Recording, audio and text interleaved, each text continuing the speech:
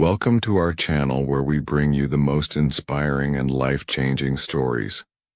Today, you are about to hear a story that is not just about success. It is about struggle, pain, determination, and the power of never giving up. This is the story of a young boy who had nothing. No money, no comfortable home, and not even enough food to eat. A boy who lost everything at a young age, who faced hunger, loneliness, and endless hardships, but refused to accept his fate. He walked for 2 long years, covering 470 kilometers without money, food, or shelter. He faced storms, hunger, and exhaustion, but never stopped. That boy later became the founder of one of the most powerful luxury brands in the world, Louis Vuitton. How did he do it?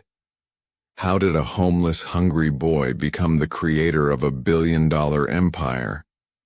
How did he turn his pain into power and his struggles into success?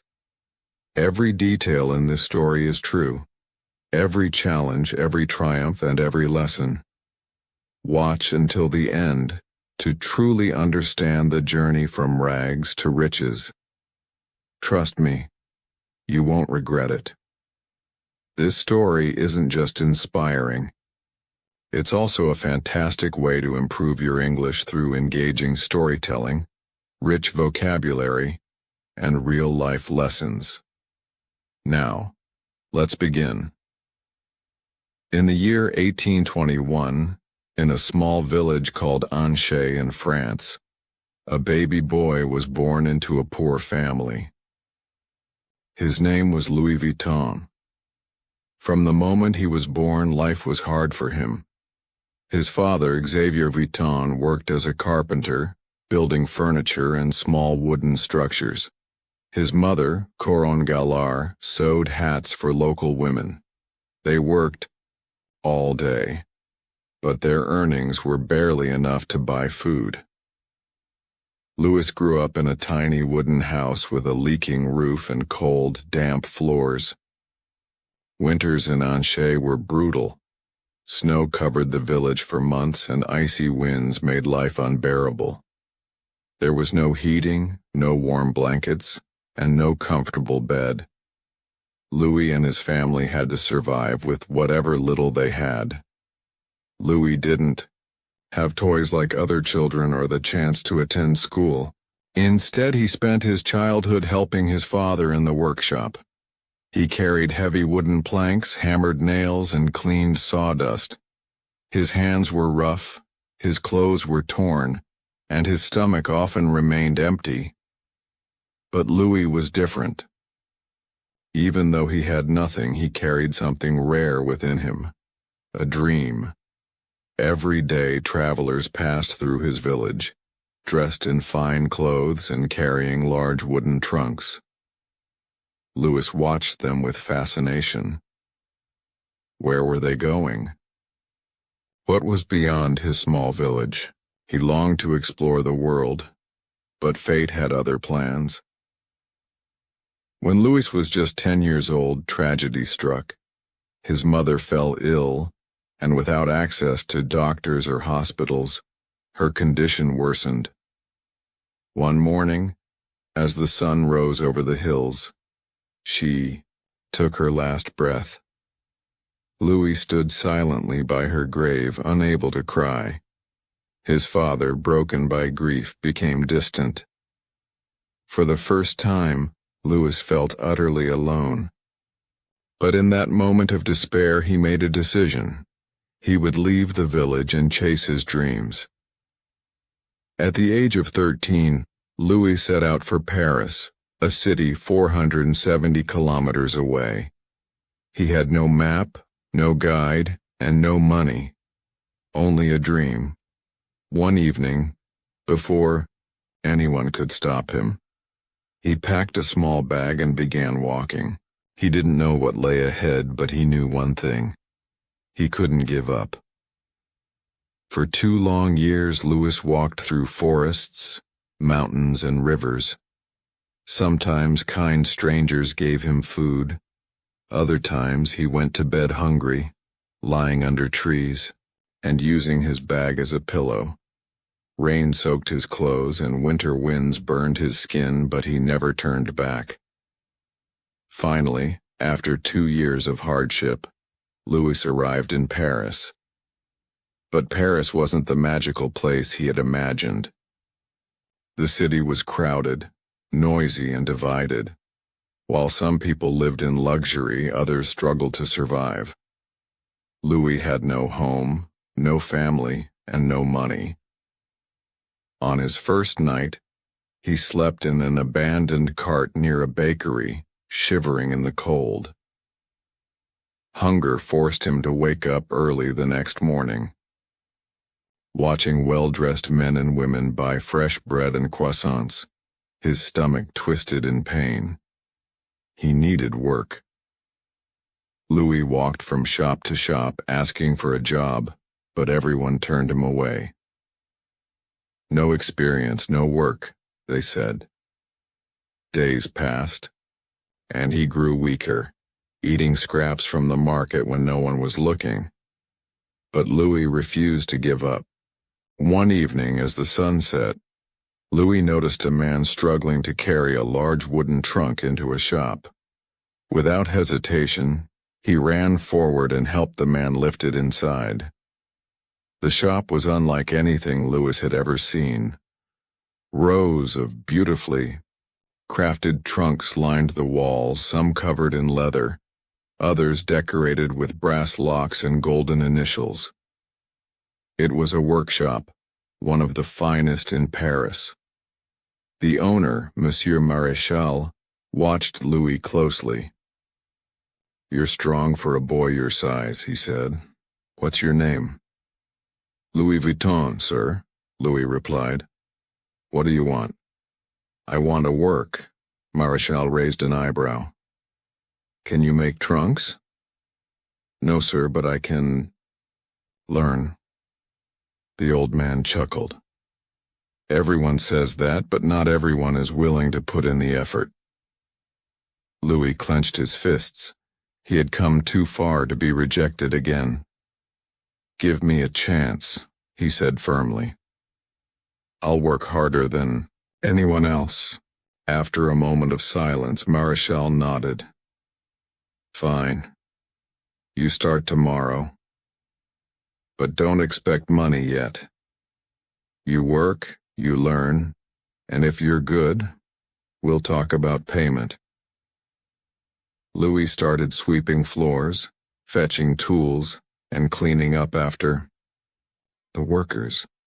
At first he didn't mind. He was grateful to have a roof over his head.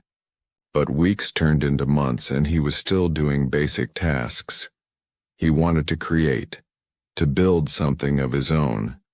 One evening, after everyone had left, Louis stayed behind and practiced making a small wooden panel. He hammered, carved, and stitched, imitating the techniques he had observed during the day. The next morning, Maréchal noticed the piece. "Did you make this?" he asked. Louis nodded nervously. Maréchal didn't smile, but he didn't scold him either. From that day on, Louis stayed late every night, learning how to shape wood, select the best leather, and stitch with precision. Over time he became faster, more precise and more creative than the other workers. Nobles and wealthy customers began requesting him by name. "I want my trunk made by Vuitton," they said. "That boy makes the finest trunks in Paris." One day a woman entered the shop. She was elegant, wearing a luxurious silk gown and a pearl necklace. But it was her name that changed everything. Empress Eugénie, the wife of Napoleon III. She glanced around, unimpressed by the ordinary trunks lining the walls. Then her sharp eyes fell on Louis. "Are you the young craftsman they call Vuitton?" she asked. "Yes, Your Majesty," Louis replied, bowing slightly. She studied him for a moment. I need a trunk, but not just any trunk. I travel often, and traditional trunks are too heavy and impractical. I want something elegant yet functional, something no one has ever seen before. Louis's mind raced. This was his chance. He stepped forward, his hands trembling slightly. Your Majesty, what if I create a flat-topped trunk covered in waterproof canvas instead of leather? It will be light, durable, and perfect for your travels. Silence filled the room. Marechal looked at Louis as if he had lost his mind. No one had ever dared to change the traditional design of a trunk. But Empress Eugénie tilted her head, intrigued. A flat-topped trunk? Canvas instead of leather? That's interesting. Can you do it? Louis's heart pounded. Yes, Your Majesty, I will create a trunk unlike any other. For weeks, Louis worked day and night. He designed a lightweight frame using poplar wood, replaced the rounded top with a flat surface, and experimented with a waterproof canvas fabric. When the final piece was ready, it was breathtaking. The canvas shimmered under the light, smooth and elegant. The brass locks gleamed, securing the trunk tightly. The craftsmanship was flawless. On the day of the presentation, Louis stood in the grand hall of the Empress's palace, his heart pounding. Nobles and high-ranking officials whispered as they glanced at him, unimpressed by the young craftsman in simple clothes. The Empress entered, her gown flowing behind her like water. She inspected the trunk carefully, running her fingers over the smooth canvas. Finally, she looked at Louis. This is extraordinary. Murmurs spread through the room. Marechal, who had once doubted Louis, stared in shock. From that day on, Louis became the Empress's personal trunk maker. His reputation soared and orders poured in from aristocrats, politicians, and wealthy travelers. But Louis wasn't content to remain just a worker. He left Marechal's workshop and started his own business, renting a small space in Paris. With relentless determination, he built an empire that would stand the test of time. Louis faced many challenges along the way. Wars broke out, businesses collapsed, and fake copies of his designs flooded the market. But Louis kept innovating. He introduced new products, expanded into international markets, and protected his brand with special security features. His son Louis Vuitton took over the business and continued to grow it. Later, under the leadership of Henri Recamier and Bernard Arnault, Louis Vuitton became part of LVMH, the largest luxury group in the world. Even today, Louis Vuitton remains a symbol of excellence, exclusivity, and timeless elegance. From a poor boy in a small village to the founder of the world's most luxurious brand, Louis proved that hard work and creativity can overcome any obstacle. So, what inspires you to keep pushing forward in your own journey? Share your thoughts in the comments below, and that's it for today's story. I hope you found this tale of Louis Vuitton inspiring and helpful for improving your English. Remember, success doesn't happen overnight. It's built step by step, like planting a seed and nurturing it into a mighty tree.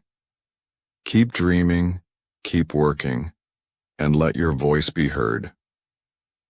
If you enjoyed this video, please give it a thumbs up, share it with someone who might need inspiration, and don't forget to subscribe for more incredible stories and tips. Until next time, keep striving, keep smiling, and let your dreams guide you. See you soon.